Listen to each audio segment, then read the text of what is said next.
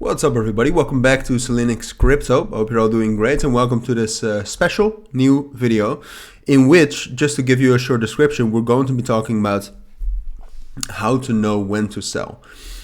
Most of these cases we'll talk about, I have a lot of examples I wanted to show you, but mostly it's about when a crypto is rallying. So when, for example, Bitcoin is rallying like this, when do you know when it's going to drop down, so that you can either sell it there or sell it just ahead of that so that you can actually make the optimal profits, or that you can short from that level.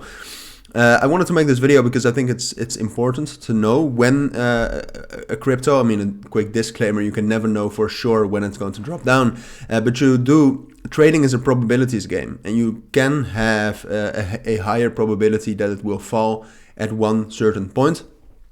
And I have a few thoughts and a few things I can teach you about that. I think after also last week in the signals group we had or this week actually we had a couple of successful signals where we actually sold at the top, shorted, and we made some profits. So yeah, it's I think it's a good skill to know. I think it's good to know about, and I just wanted to show you in this video. So I'm first going to tell you there are three things I use when determining when there is a high probability that a coin will stop rallying and that a coin will drop down from a certain level.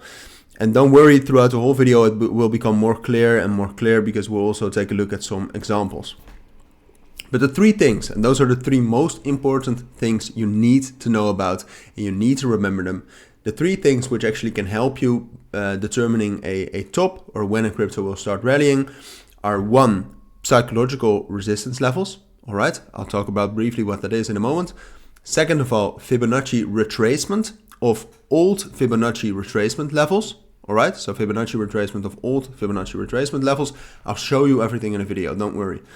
And third of all, Fibonacci extensions, which is basically, as most of you know, and I'll post a video down in the comments with a full video on what Fibonacci retracement is and how you can actually set them up yourselves. I've made a video on that in the past. But Fibonacci extension is where Fibonacci retracement is between 0 and 1. And then you have the 0.618 fib, 0.5 fib, 0.382 fib. Fibonacci retracement is the 1.618 fib. Again, I'll show you in a video. But those are the three things I use. I use some other things as well, but those are really the most important things, I think.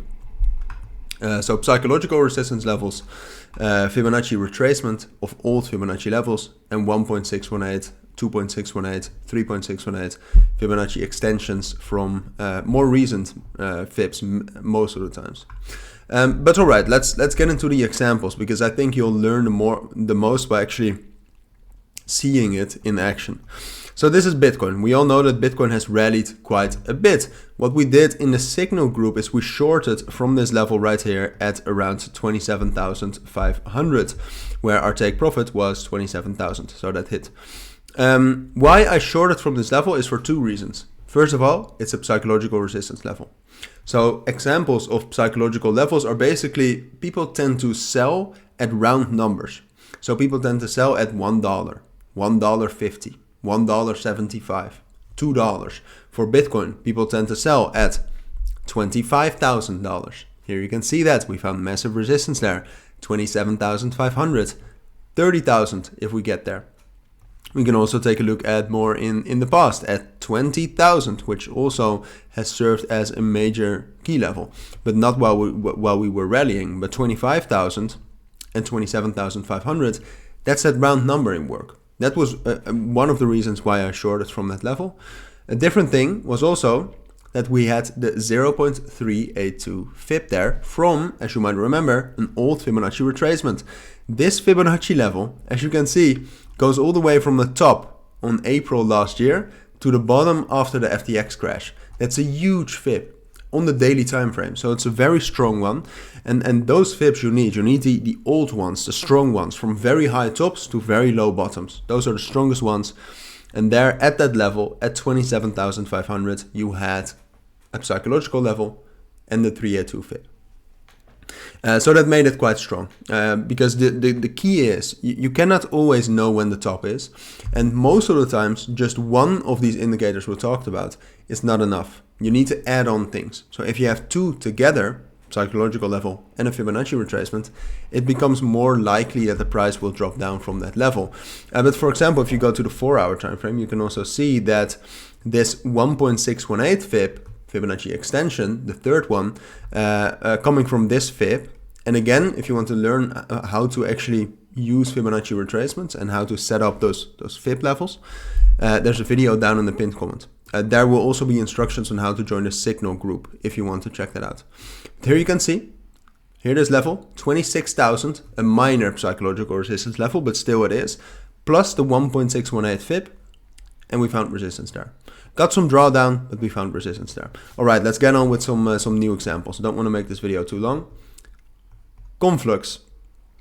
If we zoom out, what you can see is that from this fib, which actually is from the top of April last year and the bottom is January this year, you can see that first of all, we reacted to the normal levels as well, like the 0.618 during this rally, the 0.382 during the bullish momentum at the beginning of February, but also here at the 1.618, around 35 cents, which is also a psychological level, we found resistance. So there you can see again how if you pair those up, 0.35 is a minor psychological level, but all right. If you pair those up, they can actually become quite strong. Let's see if we can find some more examples. Not that I can really see. I mean, when we were rallying here, we kind of paired up the 382 fib and the 10 cents level. But again, those old Fibonacci retracements on the daily time frame are super strong. So those can very well be used by that. Then we also had stacks. Very bullish, as you can see, was rallying right here, then stopped rallying around $1. What was also at that level, the 0.618 fib of a huge fib created last year. So again, if you pair those up at around $1, if you sold at $1, for example, you sold at a psychological level, also had that fib there, so that creates a higher probability that the price will drop down from that level. Let's see if we can find some more examples of where we did that.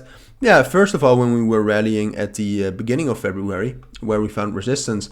But here you can also see that we will not always find resistance. Like we did not find resistance at the 236.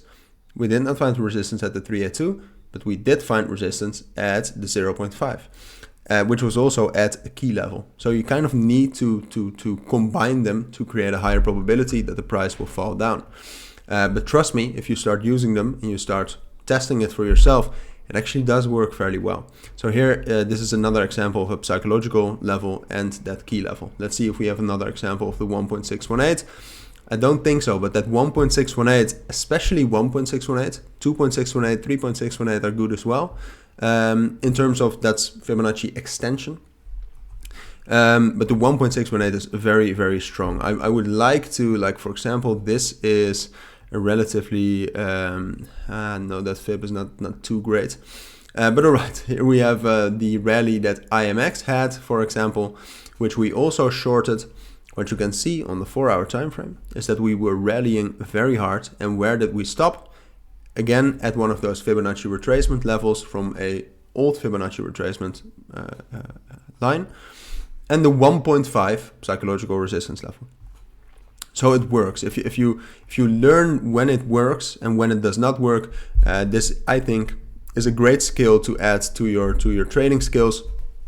And I do want to say again, it will not always work. But if you train yourself in knowing when it works, knowing that when a crypto, for example, just had super bullish news, it's probably not going to respect it.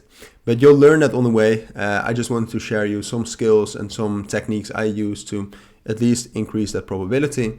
For now, if you have any questions about it, then let me know. Again, if you want to join the Signal group, the link is in the pinned comment and the description, and the link to the Fibonacci retracement education video made by me is also in the pinned comment. So thank you for watching, take care today, and bye.